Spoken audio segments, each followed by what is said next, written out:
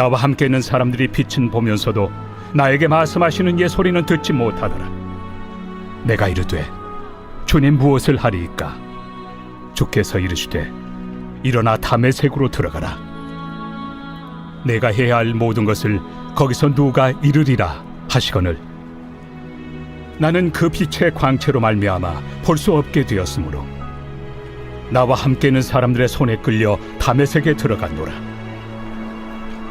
율법에 따라 경건한 사람으로 거기 사는 모든 유대인들에게 칭찬을 듣는 아나니아라 하는 이가 내게 와 곁에 서서 말하되 형제 사울아 다시 보라 하거늘 즉시 그를 쳐다보았노라.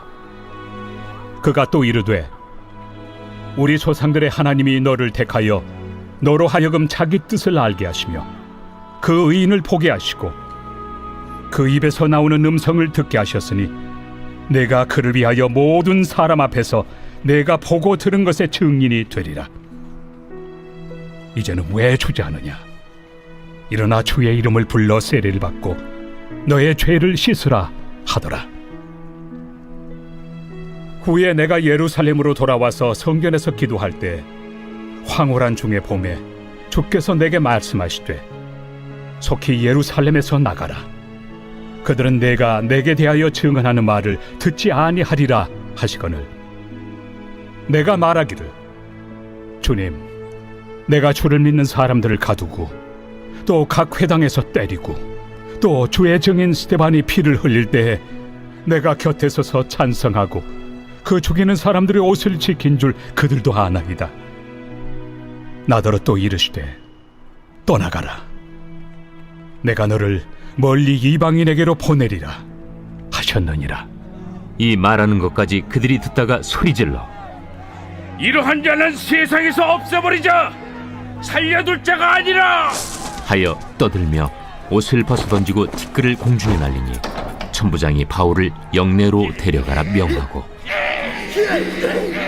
그들이 무슨 일로 그에 대하여 떠드는지 알고자 하여 채찍질하며 신문하라 한데 가죽줄로 바울을 매니 바울이 곁에 서 있는 백부장더러 이르되 너희가 로마 시민 된 자를 죄도 정하지 아니하고 채찍질할 수 있느냐? 백부장이 듣고 가서 천부장에게 전하여 이르되 어찌하려 하느냐? 이는 로마 시민이라. 천부장이 와서 바울에게 내가 로마 시민이냐? 내게 말하라. 그러하다. 나는 돈을 많이 들여 이 시민권을 얻었노라. 나는 나면서부터라. 신문하려던 사람들이 곧 그에게서 물러가고 천부장도 그가 로마 시민인 줄 알고 또 그 결박한 것 때문에 두려워하니라. 안녕하세요. 가족 여러분, 매일 말씀의 김예찬입니다. 오늘 말씀은 사도행전 22장 9절부터 29절입니다. 여러분, 사도행전이 점점 더 피날레, 결말을 향해 달려가고 있는 중입니다. 그 로마에 가기까지 이 전의 단계였던 예루살렘, 호랑이 굴과도 같은, 그렇지만 너무나도 사랑하는 그의 동족인 유대인들이 있는 예루살렘으로 이제 바울이 들어오게 되었습니다.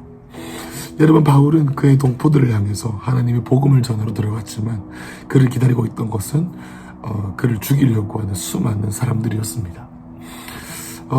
정말로 바울을 기다리고 있는 이리 때와 같은 그런 유대인들을 뒤로하고 천부장의 어떤 하나님의 섭리 안에서의 보호함으로 뭔가 안정되어지고 뭔가 질서가 있는 상황에서 바울은 그의 동포들에게 그의 간증을 하게 됩니다.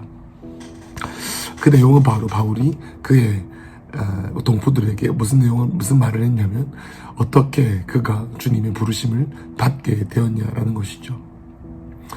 여러분, 바울은 여기서 바울이 어떻게 예수를 만나게 되었는지, 그리고 또 아나니아가 자기 삶에 어떻게 찾아오게 되었는지, 또 아나니아가 그의 삶 가운데 뭐라고 말을 했는지, 여기 보시면 16절에 이제 너 왜 주저하느냐?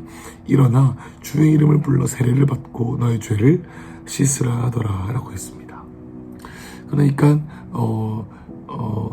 어떤 복음이다, 어떤 율법 구속사적인 구약의 얘기를 하면서 예수님이 그리스도다라는 것을 전하기보다는 그에게 있었던 간증들에 대해서 이야기를 하게 되죠.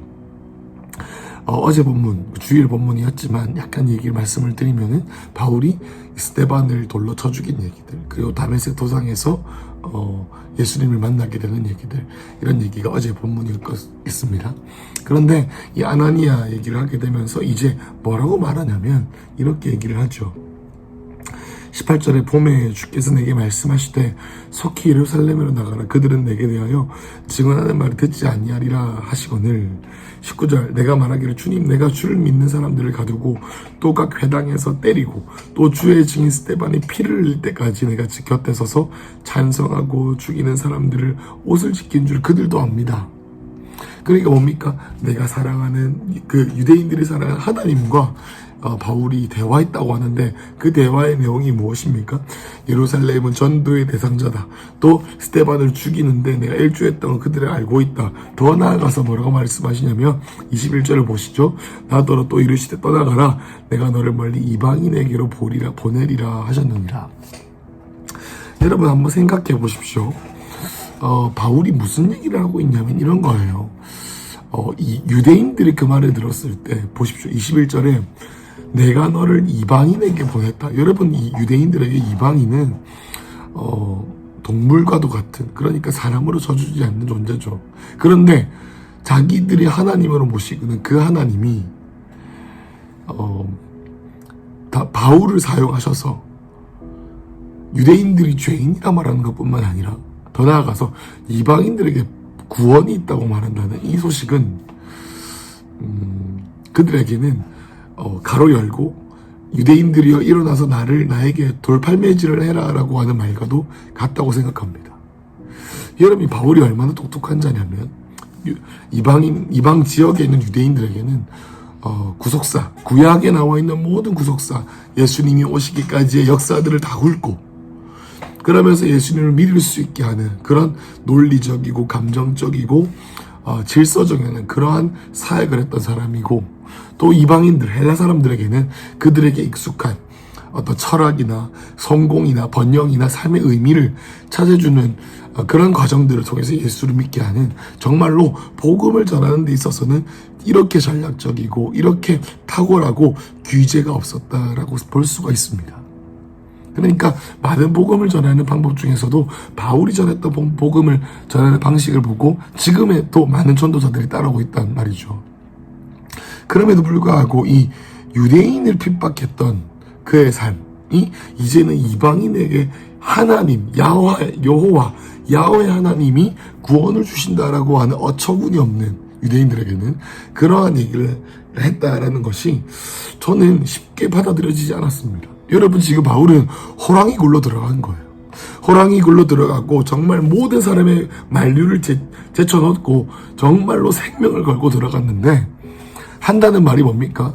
유대인들을 부추기는 말을 하고 있다라는 것이죠. 그게 첫 번째 제가 이해되지 않는 말이었고, 두 번째는 이것입니다.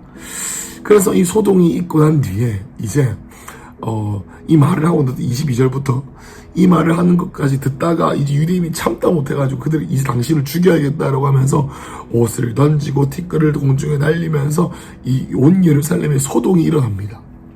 그러니까 천부장이 이제 뭔가 이제 야단이 나겠다.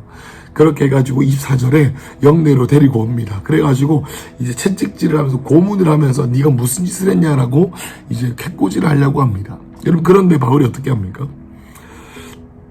25절에 보시죠. 가죽줄로 바울을 매니 이제 채찍질을 하려고 하는 겁니다. 근데 바울이 곁에 서 있는 백부장에게 너희가 로마 시민된 자를 죄도 정하지고 채찍질할 수 있냐. 그 말은 뭐냐면 여러분 그 당시에 로마 시민, 전 세계를 통치하는 이 로마 제국의 법칙 중에는 이런 것이 있었습니다. 로마 시민은 그 어떤 상황 가운데서도 로마 법정에서 판단을 받지 아니하면 그 어떤 체벌도 채찍질도 가할 수 없다. 그런데 만약에 로마 시민인 것을 알매도 불구하고 혹은 모르는 상황에서라도 로마 시민을 벌했다는 것이 나중에 밝혀지면 그 사람이 지위 고하를 막론하고 처벌을 받는다라는 것이 로마 법 중에 있었습니다.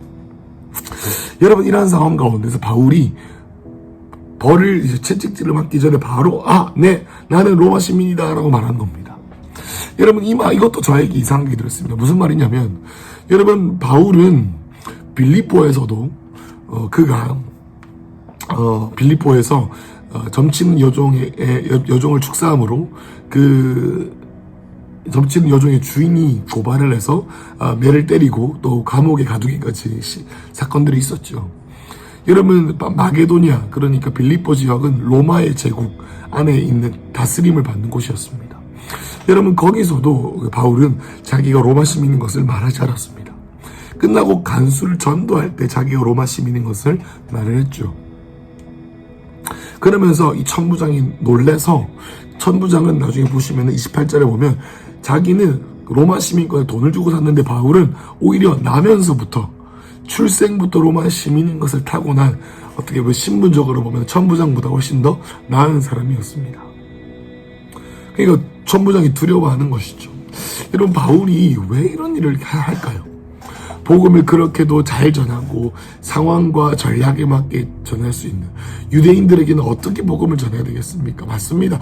너희들이 기다려온 메시아가 예수다. 그 예수를 네가 죽였다. 그래서 회개하라 라는 말을 사도행전이 시작할 때 베드로가 유대인들에게 했던 그 말을 해야 되는데 그 말을 하지 아니하고 오히려 너희 같은 유대인들이 복음을 받아들이지 않으니 이방인들에게 내가 보내심을 받았다라고 말하는, 오히려 그들을 선동하는 말을 하고, 또 반대로는 평소에는 자기가 로마 시민인 것을 그렇게 자주 밝히지 아니하던 바울이 여기서는 그가 채찍질을 받기 전에 바로 말을 했습니다.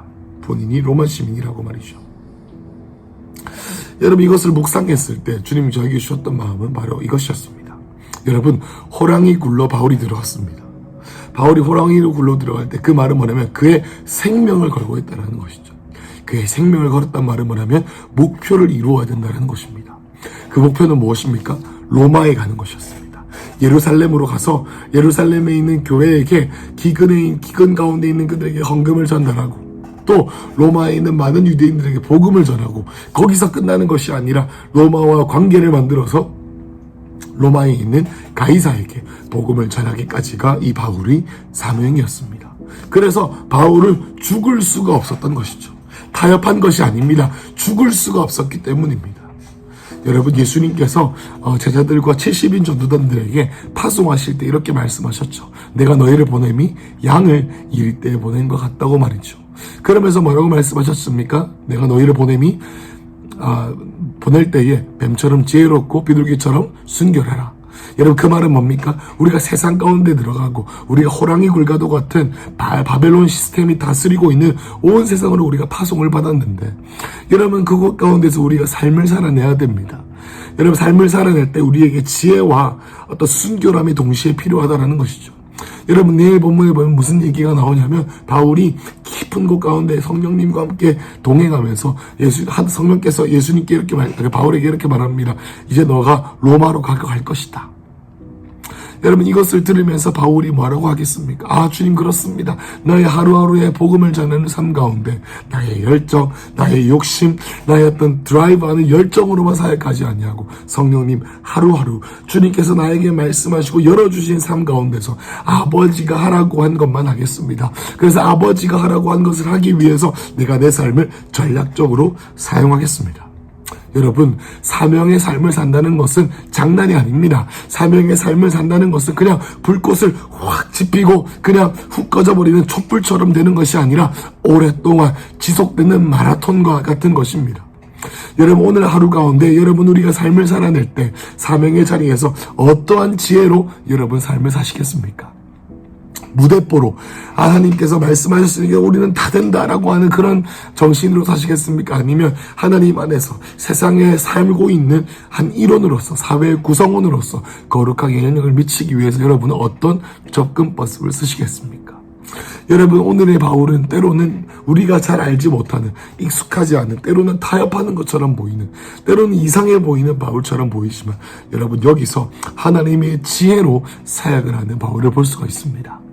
여러분, 오늘 하루 우리가 삶을 살고 우리가 삶에 있는 모든 문제들 앞에서 우리의 열정이나 우리의 맹목적인 그런 어떤 소통되지 않는 세상을 존중하지 않는, 세상을 존중한다는 말이 어떤 세상을 타협한다는 것이 아니라 뱀처럼 지혜롭고 비둘기처럼 순결해야 되는데 무대 보고 순결하기만 한 그런 곳에서 벗어나서 이제는 거룩하고 뱀처럼 순결한 그러한 단계로 우리가 나아갔으면 좋겠습니다. 사랑하는 가족 여러분, 오늘 우리의 삶 가운데 주님이 함께 하시기를 축복합니다.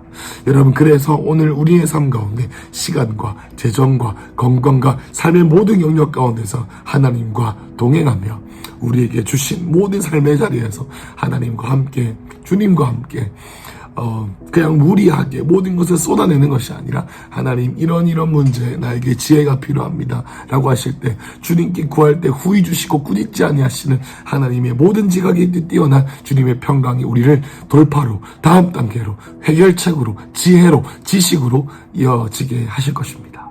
오늘 바울을 뱀처럼 지혜롭고 비둘기처럼 순결하게 인도하신 주님께서 여러분의 하루를 인도하시기를 축복합니다.